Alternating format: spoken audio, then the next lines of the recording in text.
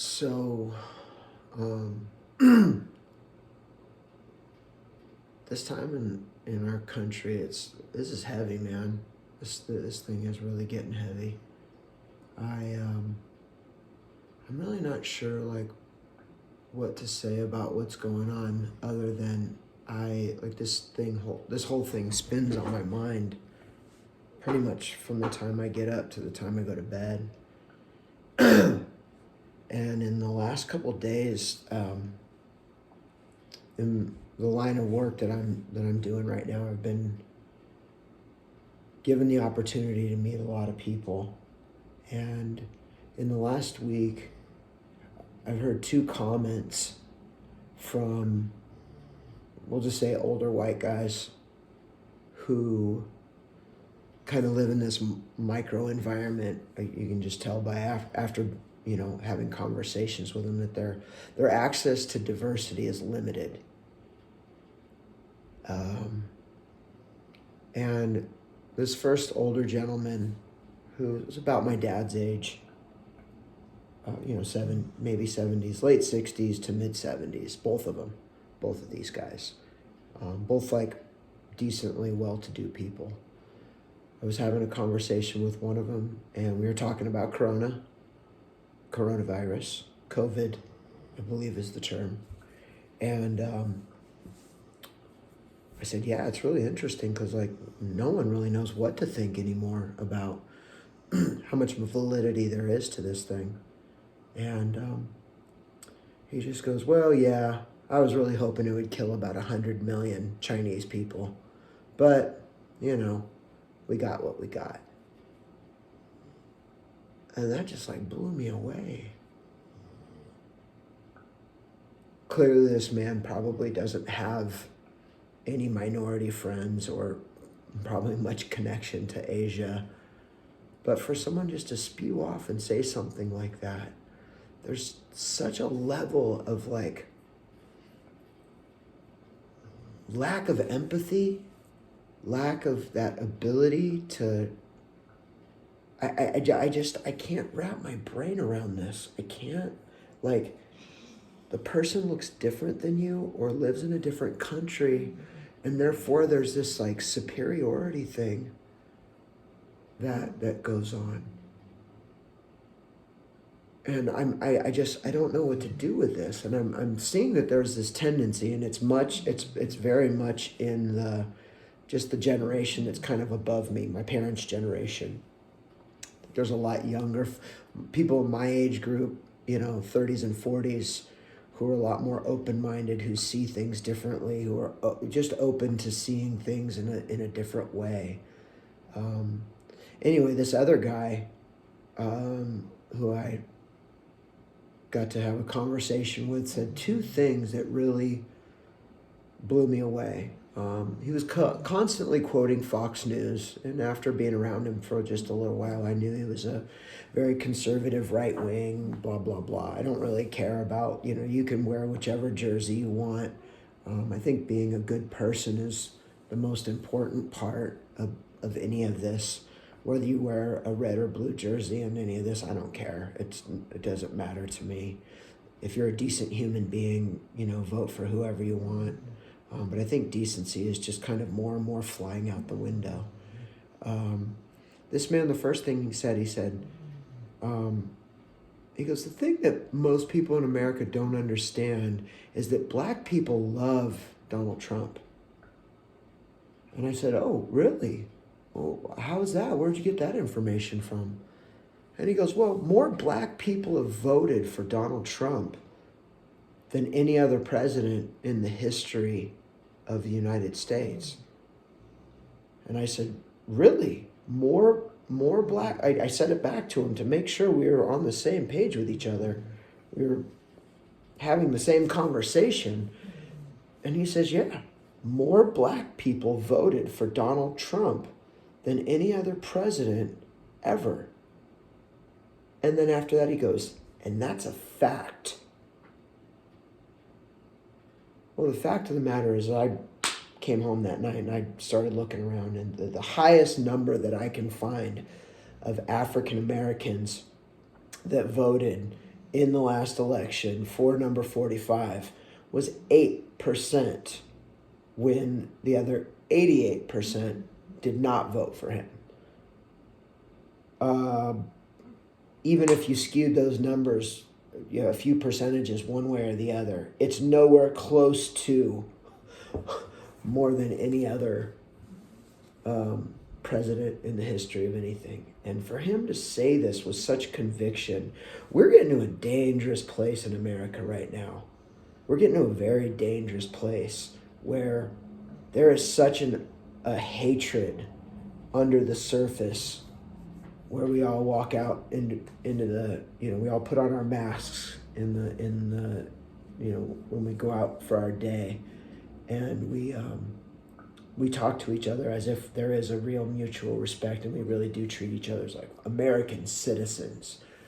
We really love each other because we all stand for freedom and what's right, this, that, and the other. Anyway, before I go on to that soapbox rant, the other thing he said to me was, institutional racism does not exist, and there's plenty of data to back all that up. Old white dudes, I'm sorry, but like, it's just not true. It's so totally not true. And this is coming from a white guy with a skinhead. I'm not a skinhead, but my hair started falling out a while ago, so I just started shaving it, and that's what I got.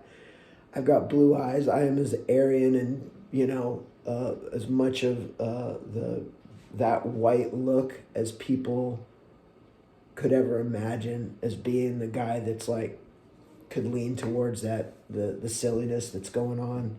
And the bottom line is like, institutional racism absolutely exists. The fact that I'm even saying this on a video is like fucking mind-bending to me.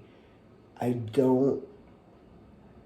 feel like there's so many people out there that there's like, whatever their narrow little perception of reality is, and anything that goes outside of that, especially with the president that we've had over the last 3+ years now, is that you can say anything you want and then just say that's a fact to back up your own point. And if there's something that contradicts whatever your belief system is, you just say fake news. And then that becomes the reality. And the bottom line is like, that's stuff that crazy people do. It's crazy talk. And I don't know what to do with that.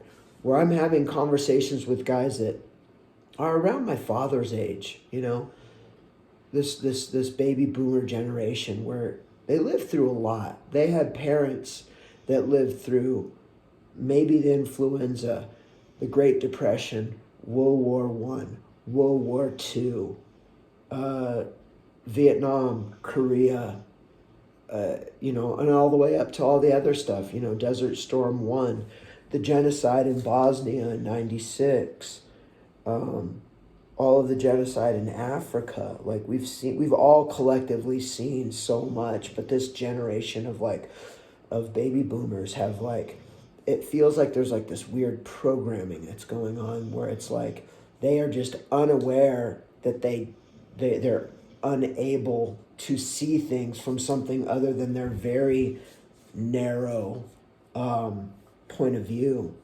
And the bottom line is, guys, is like, systematic racism exists.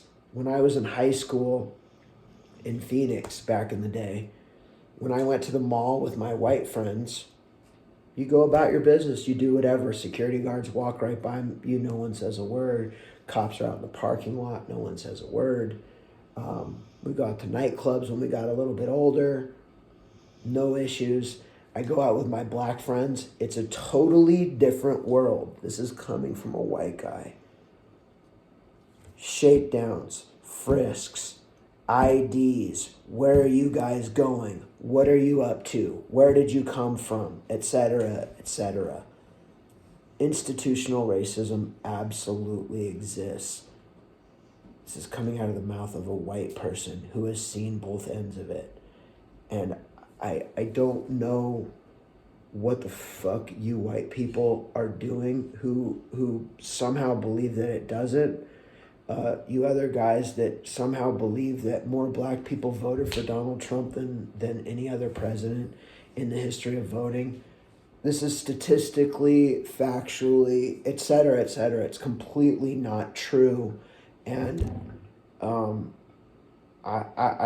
it's not even a matter of being mad or frustrated or over it at this point. I'm baffled. We are living in an odd episode of the Twilight Zone or Black Mirror, and it just, none of this is making sense anymore. People just say something and all of a sudden that becomes their reality, and there's no other there's no two ways about it. There is no having a conversation using actual facts. You know, when Sean Spicer jumped up on the thing and started talking about how Trump had a bigger turnout than any other president on Inauguration Day, where you're looking at live shots and most of the lawn is, you know, whatever, 60, 70% open, where if you go back to Obama and it's like, you know, Washington, D.C. is filled to the gills with people. This isn't a popularity contest. I don't fucking care. But it's a matter of like how we report and see things. And this other man talks about wishing 100 million Chinese people died of COVID. It literally came out of nowhere. This is baffling, man. Like, this is not an American way to deal with each other. If you don't like what someone has to say, that's fine. But we can't start skewing things into nonsense. Like, it's so, this is bananas. Like, we can't do this as a people. Language is losing its value in that we can't accurately communicate with each other, because if you say something that I don't agree with, I can just say fake news. This isn't how adults act. This isn't how mentally handicapped children act. Why this is becoming kind of some kind of normal thing is, I don't get it, man. I really don't get it. So, to all of my minority friends out there in the world, and to all the people that I don't know, I'd say that this silliness is represented by a small percentage of, we'll just say, us, white people. I really hope this older generation, as it dies off, this hate and nastiness and systematic oppression that we've seen, and there's millions of examples. We don't even need to go into the list because we all have access to the internet. I really hope it dies off with this generation. I was raised in a family who used the N-word on a very regular basis. I heard it here and there, but it was more, when I say family, I mean more like my grandparents. And I remember hearing things growing up that would lead me to believe that I am superior to my darker skinned brothers and sisters in the world. And as I got older, and I lived in Hawaii for a while, and I got beaten up a few times for the color of my skin. And I understood what racism was from the other side, because the United States went in and illegally annexed Hawaii back in the day and just did it because they could. And there is a deep-rooted hatred with a lot of Polynesian folks. And I had no idea. I didn't understand it when I first moved there. I think I was like 10 or 11 years old. So the first time I got beat up for the color of my skin and being called all kinds of racial stuff, I didn't even understand why. But as I got older, I got it.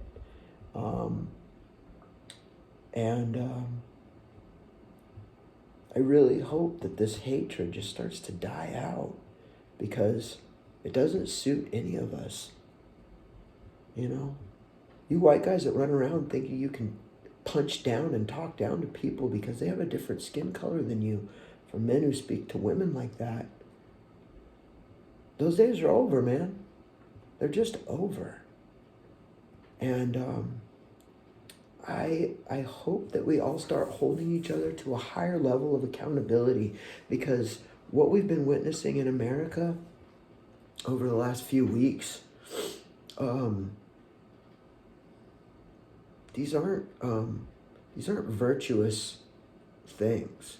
You call yourself a man and punch down to someone that's different than you purely because you were raised with some moral superiority because your fucking skin pigment's lighter? Like, what are you, an idiot? Like, are you retarded? Are you handicapped? I've been deleting people off of Facebook left and right because I just can't.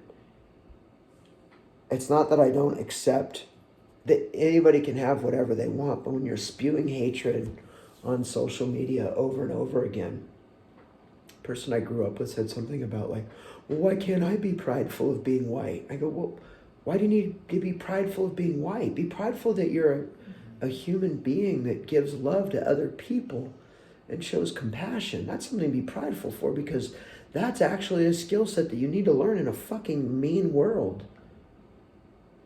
Being born with this is a meat suit, man. You did nothing, literally nothing, to get whatever the color of your meat suit is, and the color of your eyes, and the amount of fingers and toes that are on your body, the kind of hairline you get, like this is just shit you're born with. Like, do you need to take pride in that? No, it's like it's not like, should I take pride in the amount of arm hair that I have? Like, what? It doesn't make any sense. We've got to like get ourselves out of this thought process that we define ourselves by skin color. So that in the next generation, like, God strike me down with lightning if I'm walking around talking about institutional racism doesn't exist. That's ignorant. You have to have there's a mental blockage in a human brain that allows you to say something like that. More people voted for President Trump than any other president in the history of voting. That's a fact. No, it's not. It's literally not a fact. And you can't say that because it's white. You're white and it fits some agenda that you have, and you think that this guy that's worth at least $2.5 billion, who started as a multimillionaire, who you look up to as some kind of like self-made guy who wasn't self-made, who was bailed out millions of times by family members to the tune of at least 400 million, if not more dollars, to the guy who's out in Dubai holding onto people's passports, working through a third-party company so he doesn't have to take accountability, only getting those immigrants to make enough money so that they can re-up their visas to stay longer and work longer because they're holding these. This is a business practice that's been going on since forever. This man is not doing right by people. And the fact that you stand by him and re-quote things that are factually incredibly 180 degrees wrong, how is this a thing? How is this possible? Anyway, I've been ranting for almost 20 minutes, but I'm just like, I don't know what to do with this anymore, you guys. I really hope that we can all collectively come together. For my white older friends who believe that it's okay to act like this, no, it's fucking not. Grow up. Start reading. Start paying attention. Stop re-quoting things that the president says that are factually incorrect and just say that's facts. Because it's not. It never will become a reality, and that's the way it is. So grow up, change with the times, start embracing our brown and black brothers and sisters because they're here forever. There's more of them in America, more and more every single year, and no amount of hate is going to change that. So you fucking deal with it because they're pretty awesome people. I love my black and brown brothers and sisters, and you should start doing the exact same thing. We do that. I have no idea how we're living on planet Earth in the year 2020, and we've got people on the news, and we're finding these people are getting lynched. We're back to lynching. A man in Palmdale's lynched the other day. A man's lynched in Manhattan. How are we doing this? We as a species of people, how are we doing this to each other? I don't get it. I don't get it. Aren't we better than this? We call ourselves prideful Americans. What are we prideful in right now? What gives us this level of pride? Because we scream at a black guy for taking a knee before a fucking football game? We call that un-American? We say he doesn't support the troops when it has nothing to do with our troops? What's going on? This is insanity. It's absolute insanity. Listen to this preacher talk last night. They were talking about all the stuff and the rioting and looting that's going on, and talking about the violence that the police have been giving to black people for as long as we can all remember. And then he brings up the argument of abortion. He's like, well, what about all the abortion that the black people do within their own community? And I just go, what does that have to do with police brutality? We've got to stop adding apples and oranges and expect, this is insanity, you guys. We got to pick a subject, talk about that subject, collectively figure out how we're going to solve that problem, and then move forward. We can't stand by and allow the police or anybody kill our black brothers and sisters in the streets or in their own homes with no-knock warrants. Everyone should be upset about this, not black people. Everyone. I don't understand how I even have to say this out loud, as if it's up for debate. You're either a rational human being who looks at everyone else around you as your brothers and sisters who you need to embrace and love and protect, or there's something wrong with you, man. Something's off. You need to get right. As they say, you need to find Jesus or whatever spirituality it is that you need. You gotta fucking figure this out, man. We cannot continue to accept this as okay. This is not American. This is not human. America has, at this point, has nothing to do with it.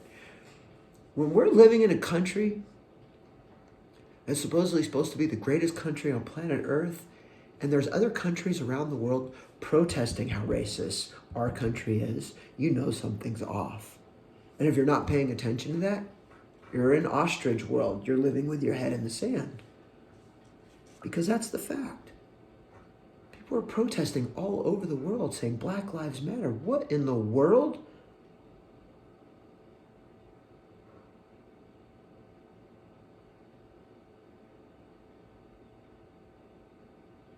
Okay, I guess I'm done. I'm sending all of you love out there. I really, really hope that we can all figure out how to get through this alive. We need justice for the people who have been done in. We all need to support our black brothers and sisters till they're all treated equally. I know because of the color of my skin, I can drive down the street and go out and do whatever the hell I want every day. And then I don't have to worry about getting killed by a police officer who has a stick up his ass or whatever the hell's going on. But until all of our black and brown brothers and sisters can go out in the street and feel the exact same way, there is no equality. All men are created equal, and that all of our spirits and our souls have an equal value. That's not true until all of us can go outside and do that. And until then, all of us white people need to keep saying so and keep sticking up for our black and brown brothers and sisters, because the bottom line is, statistically, you have a much lower chance of getting gunned down or getting your neck stomped on for 8 minutes and 46 seconds until you die as you're screaming your mother's name.